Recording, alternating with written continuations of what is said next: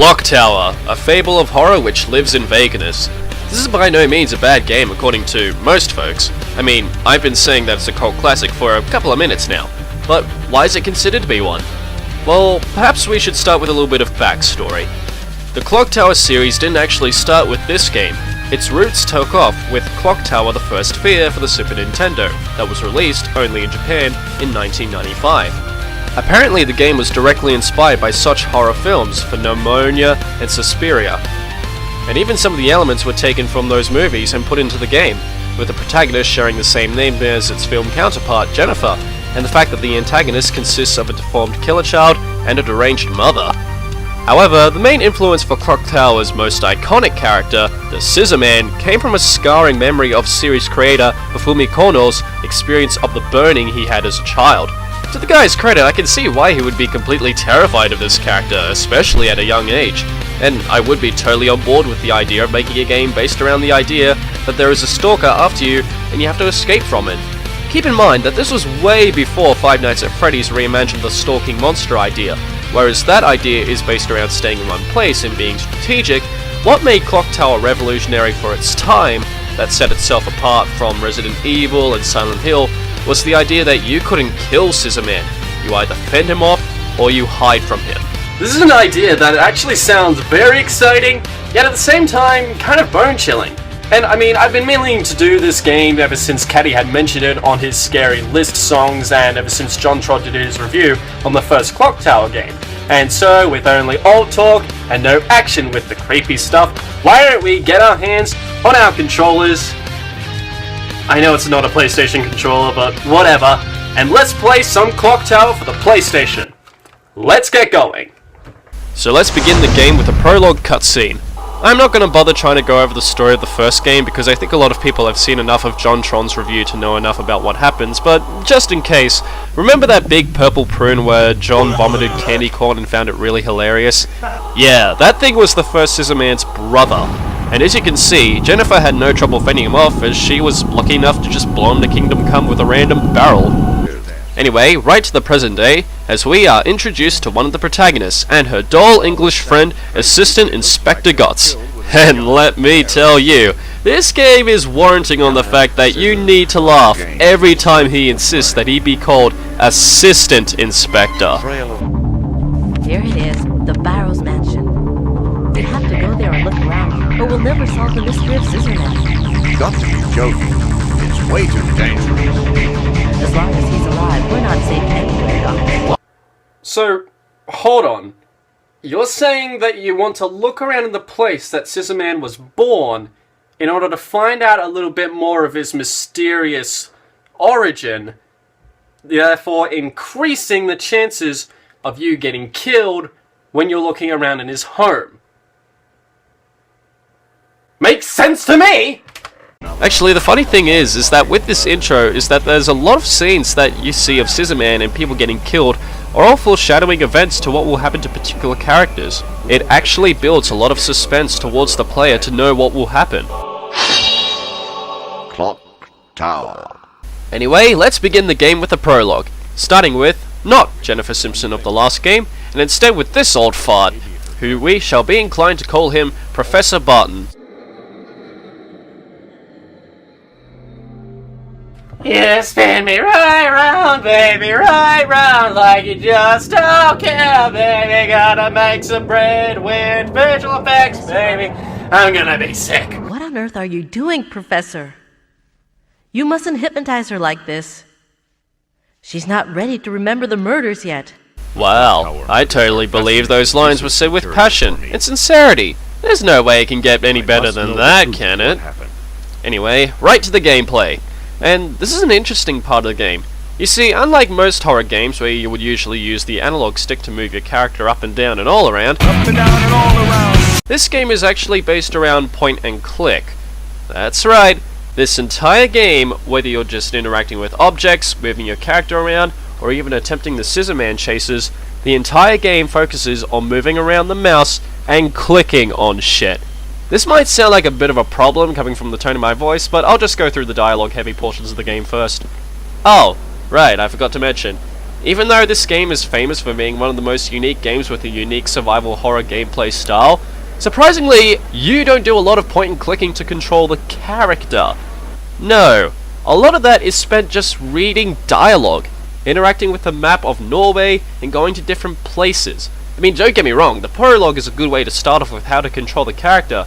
I mean, there's no tutorial, and the game just expects you to experiment with the controls, but a majority of these functions within the controls don't even work until you get to the scenarios with the Scissor Man. For example, later on in the first scenario, depending on who you're playing as, which in my case for this review is Jennifer Simpson, you don't learn how to run away from Scissor Man until he starts chasing you.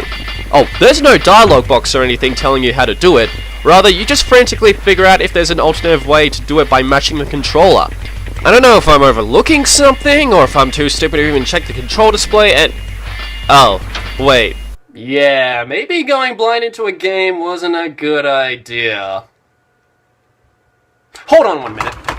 12 seconds later. Alright, I've memorized the controls. Now let's get to playing Jennifer Simpson's scenario. Okay, so let me back up here for a second and quickly go over Jennifer's portion of the story. If you don't remember from the last game, or you didn't bother to check out John Troni's video, Jennifer is a victim of the Clock Tower murders, in which the famous fabled Scissor Man met his end when he suffered disorientation by the clock tower bells that were activated. Jennifer, according to the first fear ending A scenario, was the only survivor, along with a young boy who has no memory of the event and is somewhat connected to the Clock Tower murders.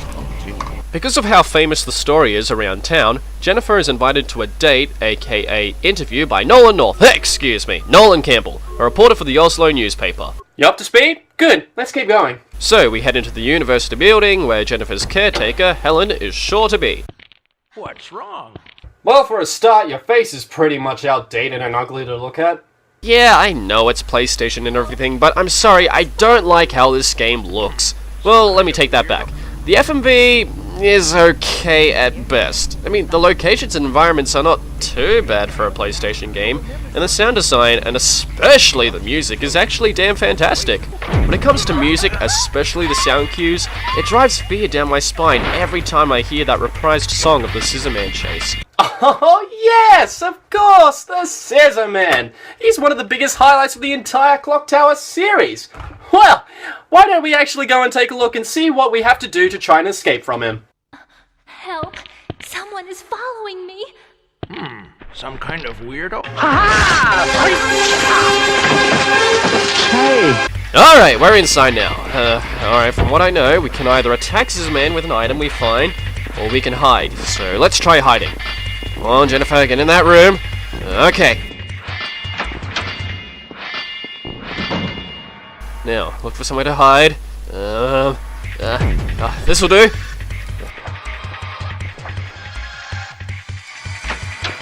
Okay, he's inside. He's looking around. Oh shit, he's coming this way! What do I do? Is he gonna get me?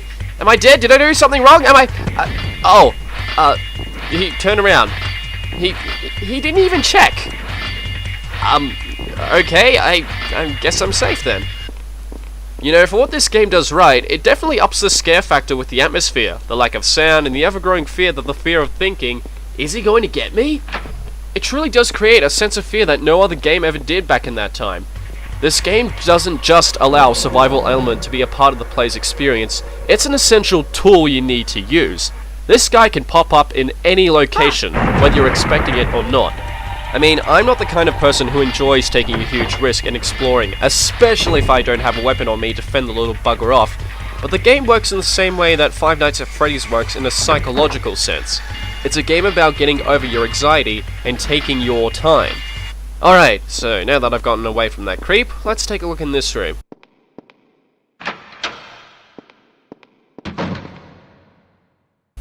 Okay, seems a little dark. Jesus, Louises! Fuck! He's after me again! Okay, let's see what's over here. A fire extinguisher! I can use... Wait, I can't pick it up? Shit! Better find a place to hide. Wait. Oh! I know this room!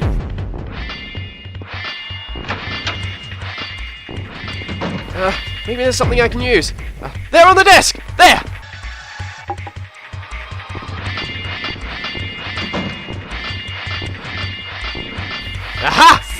that, you freak!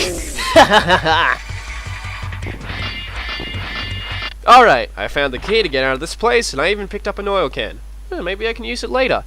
Okay, I've reached the top of the stairs, use the key, and I've escaped for good. On to the next scenario with Bruce Campbell. Fuck! Nolan Campbell! Okay, so, another dialogue-heavy portion of the game, and... Wait a second, wasn't there voice acting in this game a while back? Yeah, there was snippets of them in the intro. Even in a portion where Jennifer talked to Mr. Wilson, the security guard. Why aren't there more voiceover segments in this portion of the game? I mean, it's not like the PlayStation discs were limited and couldn't carry a lot of voice clips. I mean, look at Metal Gear Solid. They had a ton of conversations and dialogue, but they were still voiced over. So, why isn't this one given more love? Nolan, I was given this chandelier as a farewell present when I retired. So it used to hang in the Barrows mansion. Yes, what wonderful times they were. Except for... Ah, shit! Scissorman again! Okay. Well, we better try upstairs. Maybe we can hide somewhere. Oh, I know! Let's hide under the bed and... Wait, hold on. We're gonna use the blanket?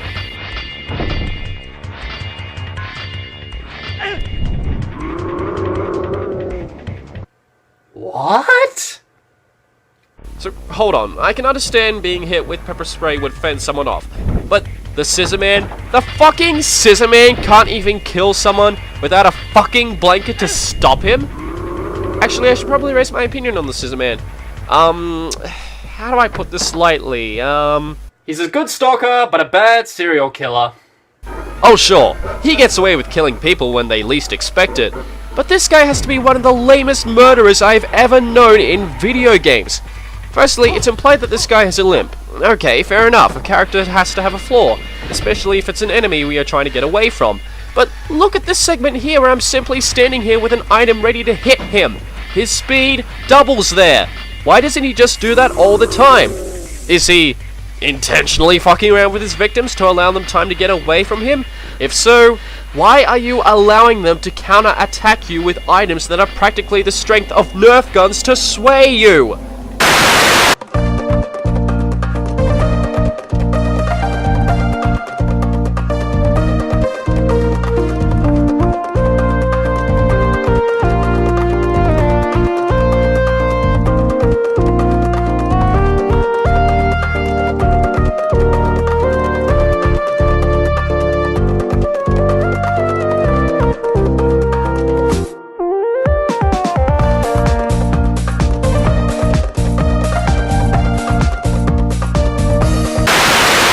Look, the idea of Clock Tower as a point-and-click survival horror game sounds genius. I'm not even kidding. I love the idea that anything you can do might trigger a Scissorman chase. The choices you make or the items you pick up determine what pathway or ending you'll get. I also praise the idea that Scissorman is a threat that you constantly worry about, and you only decide whether he will defeat you or not. I also love the little gameplay mechanics they throw in, such as the panic mode, where you have to rapidly press the square button on your controller to escape from Scissorman. But I swear to God, that thing doesn't fucking work! I counted a number of 5 times where I got killed by Scissorman when he cornered me, and I even rapidly pressed the square button, and I still fucked up and died! What is the Scissorman's problems anyway? We learn throughout the game that when we get to the Barrows Castle, that the original Scissorman was a terror who killed children and was put to rest by Quentin Flynn. Fuck! Quentin Barrows! And every other generation after that, there has always been a new family to carry on the Scissorman tradition. So, how do we stop the Scissorman then? Apparently the statue from the beginning of the game is one part of a puzzle to killing the dude, so with a high chance of death and risk on our hands, Jennifer, Helen, Gotts, Nolan and 6 other people, which consist of a small boy, his teacher, the professor, Nolan's cameraman, and Helen's buddies, all head over to England to find out the origin of Scissorman. This is the point of the game where I got stuck and I had to use a walkthrough to figure out what to do. There was one segment of the game that really confused me because it said I was supposed to find a coffin somewhere in a room at the end of the hallway, but I couldn't open the room door, and I remember specifically picking up the mansion key from Beth, so I assumed the game bugged or I was just being stupid, so naturally I skimmed it over. But I don't think that'll matter. I mean, I can still get the good ending, right? Okay, so I got the things I need. So now I just head down the secret tunnel and... Wait, hold on. Isn't that Edward? Jennifer, I found a way out. Where? It's over there. Everyone else is already there. Oh, cool. Looks like everyone made it out after all. Well, this shouldn't be too bad. Oh.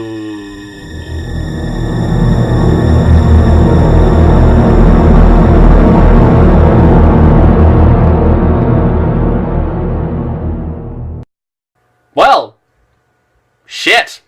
Really? After all that I have worked so hard for, even that tiniest little fuck up, you can still get a bad ending?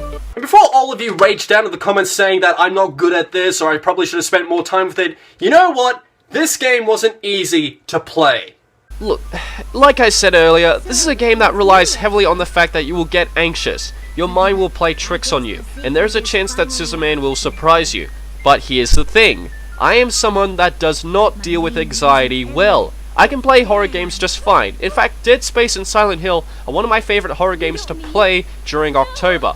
Because in those games, I at least have something to protect myself with, and I have a better understanding of control and evasion.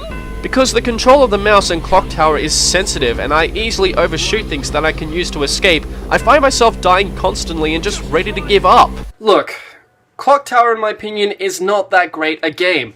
I just find it frustrating, and I especially don't like the story, and I don't like the characters, and I especially don't like how they look. They just look ugly, and I know it's just PlayStation and that's how it looked at the time, but it's just ugly to look at. The models are stiff, but I'll give it credit.